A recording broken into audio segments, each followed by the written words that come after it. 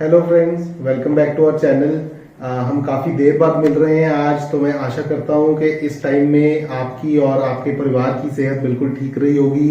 हम वैसे तो म्यूचुअल फंड्स के बारे में काफी कुछ डिस्कस कर चुके हैं, पर आज एक बहुत ही स्पेशल टॉपिक और एक ऐसा टॉपिक जिसके बारे में बहुत कम बात की जाती है, आज हम उसको टच करेंगे।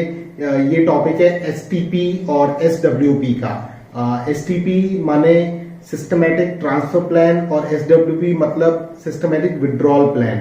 आज हम इन दोनों को डिस्कस करेंगे।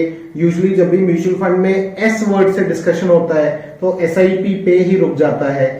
कभी भी उसके अलावा कुछ और नहीं डिस्कस किया जाता, बिकॉज लोगों में अवेयरनेस थोड़ी कम है कि ये क्या होते हैं एसटीपी या एसडब्ल्यूपी। ये भी different types of investment vehicles हैं, investment as well as withdrawal vehicles हैं कि कैसे पैसा निकाल सकते हैं, कैसे पैसा इन्वेस्ट कर सकते हैं म्यूचुअल फंड में। तो चलिए डिस्कस करते हैं। हम शुरू करेंगे एसटीपी से, सिस्टमैटिक ट्रांसफर प्लान से। एग्जाम्पल से इसको समझेंगे। सपोज कीजिए आपके पास आज 5 लाख रुपए हैं जो आप म्यूचुअल फंड्स में इक्विटी साइड पे इन्वेस्ट करना चाहते हैं। बट अगर आप मार्केट को ट्रैक कर रहे होंगे तो आप देख रहे होंगे मार्केट बहुत ज्यादा वोलेटाइल चल रहा है। कभी मार्केट 39,000 पे जा रहा है, कभी वही सेंसेक्स 37-36,000 पे चला जा रहा है। तो आज की डेट में अगर आप इन्वेस्ट करना चाहते हैं और इक्विटी में पैसा डालना चाहते हैं तो आप थोड़े बहुत स्केप्टिकल होंगे that you don't know where will the market go from here. ठीक है, तो आप 5 लाख डाल के एकदम से रिस्क नहीं लेना चाहेंगे। तो आपके पास इस सिनेरियो में क्या ऑप्शन है कि आप, फर्स्ट ऑप्शन है कि आप उस पैसे को अपने अकाउंट में रखें, सेविंग अकाउंट में 3, 3.25, 3.5% जो मिल रहा है वो मिले। उसके साथ ही आप एक एसआईपी शुरू कर लें, चाहे वो वीकली एसआईपी हो, चाहे वो एक मंथली एसआईपी हो, कि ताकि आपका हर महीने कुछ पैसा सेविंग अकाउंट से इक्विटी में जाता रहे। उससे आपको क्या होता है कि धीरे धीरे इक्विटी का एक्सपोजर मिल रहा है। ठीक है, तो ये तो नॉर्मल एसआईपी हो गया। अब what does N STP do?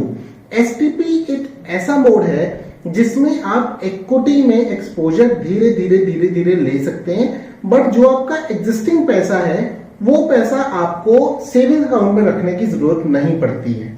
इसमें आप क्या करते हैं, आपका जो लमसम पैसा है वो आप एक डेट फंड में, लिक्विड फंड या शॉर्ट टर्म फंड में पार्क कर देते हैं।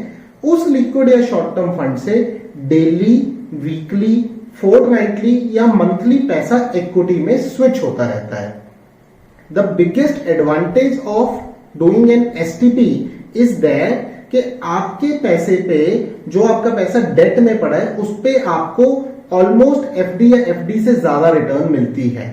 जो आप in case of an SIP आपको आपका वो लमसम पैसा एक सेविंग अकाउंट में रखना पड़ता है जो 3-3.25% देगा, बट यहाँ पे आपको 6.5-7% रिटर्न तो मिलती रहेगी आपके डेट वाले पोर्शन पे, और जो पैसा स्विच हो रहा है इक्विटी में जा रहा है उस पे मार्केट के हिसाब से रिटर्न मिलती रहेगी।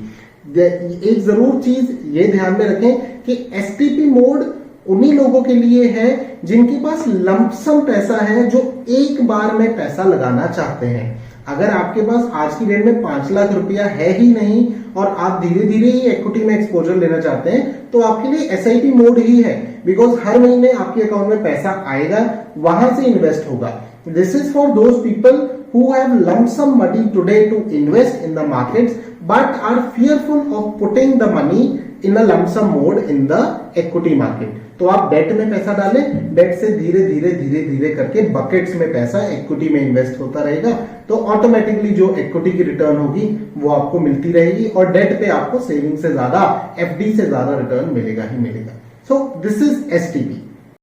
अब हम बात करते हैं एसडब्ल्यूपी की। एसडब्ल्यूपी यानी सिस्टमैटिक विड्रॉल प्लान एक ऐसी आपको कन्वीनियंस दी गई है म्यूचुअल फंड में जिसमें आप एक पर्टिकुलर अमाउंट हर महीने अपने इन्वेस्टमेंट कॉर्पस से निकाल सकते हैं। ये वाला जो ऑप्शन है, ये ऑप्शन एल्डरली पीपल, रिटायर्ड लोगों के लिए बहुत ज्यादा अच्छा है, बहुत ज्यादा फेमस भी है, बहुत से लोग इसको सब्सक्राइब करते हैं। ये काम कैसा करता है इसको भी एग्जांपल से समझेंगे। एग्जाम्पल लेते हैं कि आपने पूरी जिंदगी अपना पैसा इन्वेस्ट किया टिल द एज ऑफ 60, आप रिटायर जब हुए तब तक आपने इन्वेस्ट किया, आपकी हर महीने 50,000 की एसआईपी थी। फॉर एग्जाम्पल आपका जिस दिन आप रिटायर होते हैं आपका टोटल कॉर्पस 2 करोड़ रुपए है और आपके मंथली एक्सपेंस आप उस दिन कैलकुलेट करते हो कि आपको मंथली 50,000 रुपए का एक्सपेंस है जो चाहिए होता है for meeting your daily expenses post retirement. अब रिटायरमेंट के बाद you don't have any other income, आपकी सैलरी नहीं है, आपकी पेंशन नहीं है, तो the only mode of income is your mutual fund corpus. ठीक है, ये एग्जाम्पल है। तो आप अपने एडवाइजर को बोलते हैं कि मुझे अपने कॉर्पस में से 50,000 रुपए महीना एक पर्टिकुलर डेट को विड्रॉ करना है, ताकि वो पैसा ऑटोमेटिकली मेरे अकाउंट में आए और मैं अपने खर्चे उससे चला सकूं। सो उस प्लान को, उस पार्ट को हम SWP या सिस्टमैटिक विड्रॉल प्लान कहते हैं। SWP की डेट आप जो मर्जी सिलेक्ट कर सकते हैं। अगर आप कहें कि आपको हर 15 तारीख को 50,000 रुपए चाहिए, आपको 15 को मिल जाएगा। आपको किसी और डेट को चाहिए, आपको उस डेट को मिल जाएगा। अमाउंट भी फ्लेक्सिबल है, आप जितना मर्जी अमाउंट विड्रॉ कर सकते हैं। वो एक बार आपको बताना पड़ता है, उसके बाद it can be changed going forward. उसके लिए फॉर्म या ऑनलाइन वे से वो चेंज हो जाता है। और इसमें एक और चीज देखनी पड़ती है SWP में कि अगर बाई चांस आपके पोर्टफोलियो में लॉस है, सपोज कीजिए आपने टोटल 10 लाख रुपए लगाए थे, उसकी 12 लाख वैल्यू है, ठीक है, तब तो SWP चलता रहेगा, कोई दिक्कत नहीं है। आपने सपोज उसमें 10,000 का SWP लगाया तो 10,000 रुपए निकलता रहेगा। But if the value of the portfolio is 8 lakh rupees and you have invested 10 lakh rupees, तब भी SWP चलता रहेगा। SWP is not concerned with profit or loss. It is just concerned with withdrawing the money from your portfolio and giving it in your bank account. उसने simply देखना है कि अगर आपके कॉर्पस में पैसा पड़ा है तो पैसा विड्रॉ करेगा और आपके बैंक अकाउंट में डाल देगा। तो इसलिए SWP शुरू करने को आप चाहे फर्स्ट डे से शुरू कर सकते हैं, उसमें कोई किसी तरह का रिस्ट्रिक्शन नहीं है।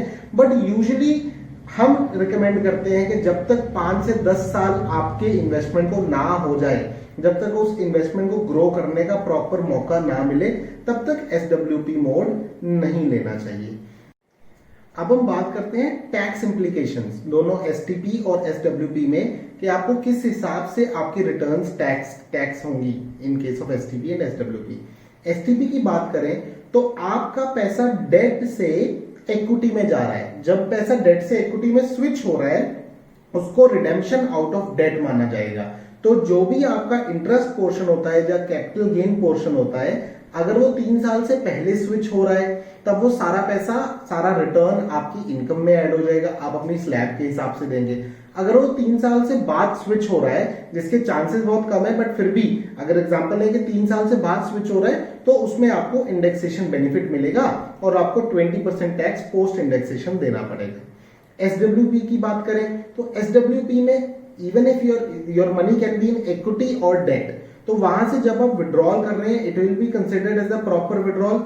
इक्विटी में अगर आपका 1 साल से पहले विड्रॉल हो रहा होगा तो 15% आपको STCG पे करना पड़ेगा ऑन द प्रॉफिट। 1 साल से बाद अगर विड्रॉल हो रहा होगा तो क्यूमुलेटिव देखा जाएगा कि 1 साल में आपने 1 लाख रुपए तक का प्रॉफिट अगर विड्रॉ किया है, then it will be non taxable.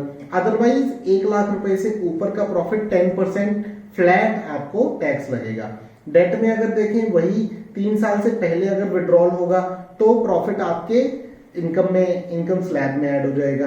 3 साल से बाद होगा तो इंडेक्सेशन बेनिफिट मिलेगा। आपको टैक्सेशन के बारे में और जानना है तो इससे पहले वीडियो हमने टैक्सेशन भी कवर किया था, उसका भी लिंक नीचे डिस्क्रिप्शन में लिखा हुआ है, तो आप वो फॉलो कर सकते हैं। तो आज के लिए इतना ही। STP और SWP की बात की हमने, इन प्रोडक्ट्स के बारे में और जानिए, और अगर आपको कोई कंफ्यूजन है तो feel free to contact us, हम आपकी कंफ्यूजन सारी दूर कर देंगे। Thank you.